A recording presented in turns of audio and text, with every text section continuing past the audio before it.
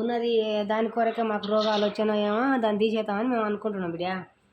ఆ, అదే మళ్ళా నువ్వు తీసుకుంటావా ఎట్లా అంటే నా చేత కాదు బాబాయ్ నేను కూడా అమ్ముతాన్నావా? అవునవా? అమ్ముతావా నువ్వు కూడా? అమ్ముతా. అయితే మీ బాబాయ్ ఏమంటున్నాడంట, ఇవి ఇందాక కుర్బాంజనేయులకు మీరు నెంబర్ ఇచ్చిండ్రు కదా, ఆ, నెంబర్ ఇస్తే కుర్బాంజనేయులు ఫోన్ చేసి గోపాలు మీ తమ్ముడు భూమి అమ్ముతాడంట, మీ కాకాకి చూస్తాయనంట, మీ తమ్ముడు భూమి అమ్ముతాడంట, మరి ఎట్లా గోపాలు మరి మాకు చెప్పమని నన్ను తీసుకోమంటున్నాడు, మరి అందుకనే నువ్వు పాలోడావు కదా, నువ్వు నాకు ఒక మాట అడుగుతున్నావు, మరి ఎట్లా గోపాలు అని అడిగినట కుర్బాంజనేయులు. ఆ, అంటే మామ నువ్వు జోక్యం కాకు, నువ్వు రివాల్ కాకు, నువ్వు మా దాంట్లోకి రాకు మామ అంటున్నాడంట. ఆ, మా దాంట్లోకి రాకు మామ, మాకు మాకు మాకు మా దాంట్లోకి వచ్చి గొడవ పెట్టకు మామ అంటున్నాడంట. ఆ, అంటే నాకు భూమి లేక అనుకుంటలేను, అడుగుతలేను గోపాలు, వాళ్ళంతా పరిస్థితి బాగాలేదంటే తీసుకుంటా అంటుండా, అందుకనే మీరు పాలేళ్ళు కదా మాట అడుగుదామని నేను అడుగుతున్నా గోపాల్ అన్నాడంట. ఆ, అంటే ఏమో మామ నువ్వు నువ్వు మా దాంట్లోకి రాకు, జోక్యం చేసుకోకో, గొడవ చేయకు మామ అన్నాడంట. ఆ. అయితే మళ్ళీ ఆయన తీసుకోకపో, నువ్వు తీసుకోనంటే ఆయన తీసుకోనంటే మళ్ళీ జోక్యం చేయమంటే ఇది ఎట్లా నాయన?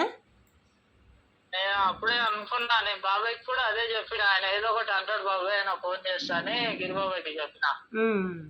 ఆ, అయితే మళ్ళీ నాకు నాకు బాబాయ్ ఫోన్ చేసిండు ఇట్లా అంటున్నాడమ్మా కుర్బాంజనేయులు మామ అని.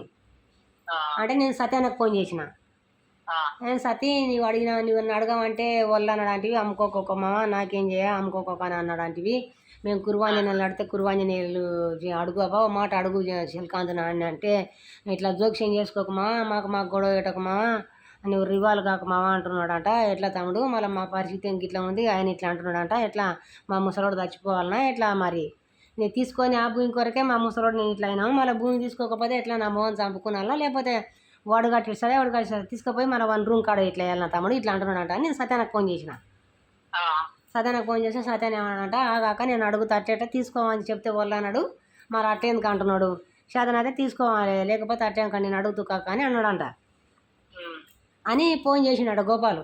ఎవరు? సత్యాన ఇట్లేందుకు అంటున్నావు గోపాలు, ఇట్లా అన్నామంట మీ తమ్ముడు ఫోన్ చేస్తే కుర్బాంజనేయులు ఫోన్ చేస్తే ఇట్లా అంటున్నామంట, మళ్ళీ నిన్ను ఫస్టే అడిగినారు కదా, నేను అడగకపోతే అట్లా నువ్వు కాదన్నందుకు నాతోనే కాదన్నందుకు వీళ్ళకి చెప్పిన, ఇట్లేందుకు అంటున్నావు అంటే మా వాళ్ళని ఎవరు తీసుకోవద్దా అమ్మొద్దాను, వాళ్ళ కాడికి అమ్మవాను మామ అంటాడంట. మళ్ళా అట్లా ఎట్లా అయితే మా ఇష్టం, అది ఎవరి ఇష్టం ఉంటే వాళ్ళు అమ్ముకుంటారు కదా. ఒక మాట అట్లా అంటున్నాడంట మళ్ళీ సత్యానతోన, వాళ్ళు ఒక్కరిని అమ్ముకోవాను కానీ మా ఇష్టం వాళ్ళను మా వాళ్ళని అమ్మొద్దాను మామ, వాళ్ళ తీసుకోవద్దాను, వీళ్ళు ఒక్కరిని అమ్ముకోవాను అని అంటాడంట.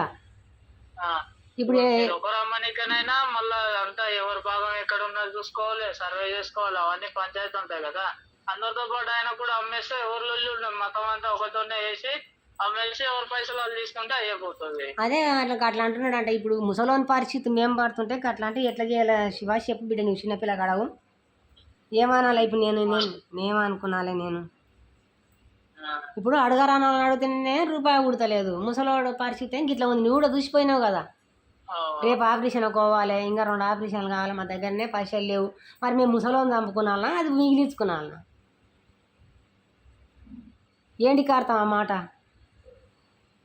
ఆయన అన్ని పాటలు అట్లే ఉంటాయి, అన్ని పాటలు బాగుందేనా బాబాయ్తో ఒకసారి నువ్వే మాట్లాడితే బాగుంటది అని చెప్పి నేను అవన్నీ ఫోన్ చేయమని బాబాయ్, ఆయన కాకుండా అవన్నీ చెప్తే ఒక మాట ఏమంటారో తెలుస్తుంది, మాతో పరిస్థితి బాగాలేదు మేము అమ్ముకుంటాం ఖచ్చితంగా, నువ్వు అట్లా ఇట్లా మధ్యలో రాకుండా అని చెప్పమన్నావు అని చెప్పి నేను పోతున్నా. అదే నేనేమంటున్నా అంటే వాడు మా దగ్గర ఊళ్ళోకి వచ్చి మాట్లాడతాడు